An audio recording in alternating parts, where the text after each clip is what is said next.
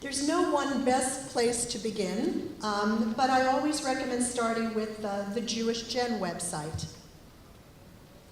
because it covers resources on so many aspects of Galitzia, including Holocaust records, Yizkor books, cemetery information, and on the Jewish online worldwide burial registry. Besides doing a global search to see what they have on your surnames or towns, you should also go to their All Poland database, which holds Galician records.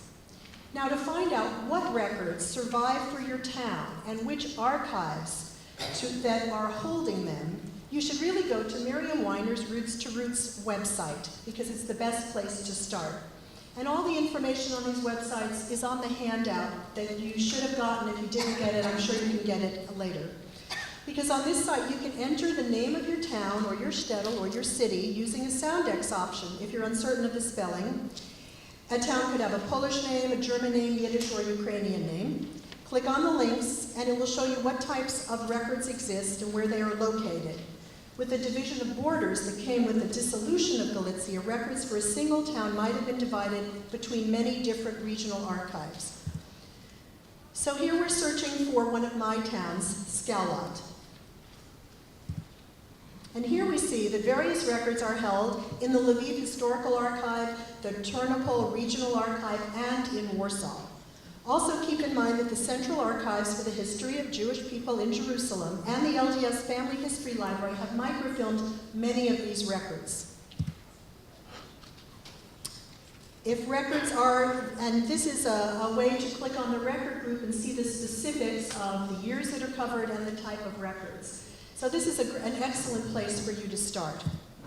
Once you know where the records are located, if some of them are located in the Polish State Archives, then JRI Poland, Jewish Records Indexing Poland, is the next step.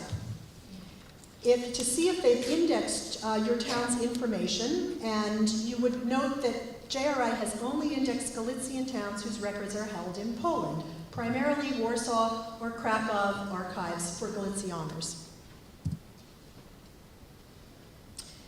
So here we have an example of the Skałot page in JRI Poland.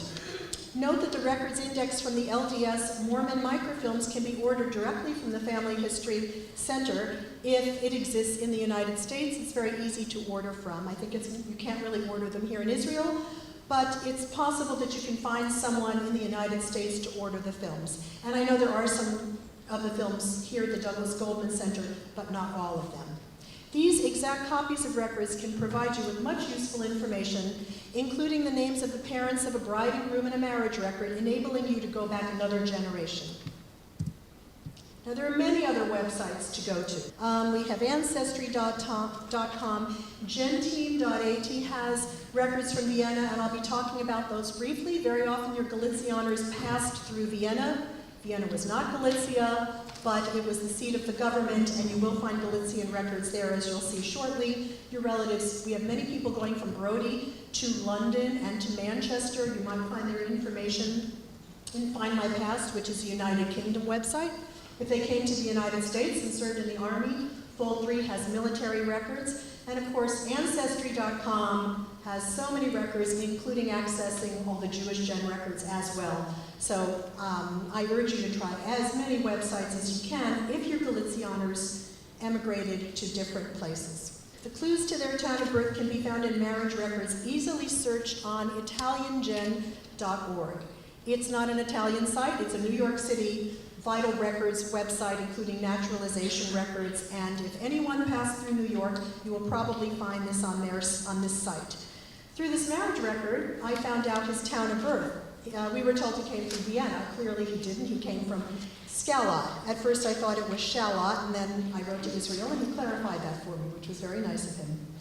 And in this case, I also found on a Social Security record, written in my grandfather's own hand, his town of birth was Zhimylo. So I have two towns of birth from this record and the other, and very often you'll get the tinier village with the strange sounding name modified to the larger town with a nicer sounding name, and then you have to sort out the truth. Suppose vital records are missing for your town. They simply don't exist. Suppose you want to learn that your ancestor owned land, or participated in synagogue life, or ran a mill or a tavern in the shtetl. Perhaps they were in trade or even in politics. Suppose you want to explore more about their lives and move beyond those dates and names on a page. Gesher Galicia's new search engine, the All Galicia database, and our cadastral map and landowner records project are two new resources that offer you these new possibilities. This is our homepage. This is an instruction site. It can be found at search.geshergalicia.org, which is on your handout. And we currently feature almost 200,000 records from 70 different data sources, covering everything from birth, death, and marriage and divorce records to phone books, school, and landowner records, all from the former Austro-Hungarian province of Galicia. This is a new search engine that provides innovative ways to categorize your searching. You can search by surname, given name, or even Kinui nickname if you know, for example, your relative was named Rebecca or Becky in the United States, as an example. The search engine will bring up similar results, such as Rivki or Rivka. It saves you the trouble of coming up with the many variations Jews used to create the more affectionate terms based on traditional given names. If you enter Lewis, for example, because that's how you knew your grandfather in the United States, it will bring up Leib or Leibish. So here I'm searching for Rebecca Halpern just as an example, and you'll note that you can also specify only show me towns that were within 100 miles or 50 miles of my town, because I know my relatives didn't go 300 miles away. So you can condense your searches to make them more productive. This is what it brings up. So we had three possibilities where Rebecca Halpern comes up. You can see it's spelled slightly different. You can see the type of record, the icon on the right, picture of a baby as a birth record, marriage rings are marriages, and there's a gravestone picture for deaths. And you can see that it brings up Rivki, even though we entered the name Rebecca. So right now this website is growing. We haven't indexed everything. It won't have everything yet, but it's growing each day. And I would say if you're interested in starting an indexing project for your town of LDS microfilms, talk to me later. I can explain how it works.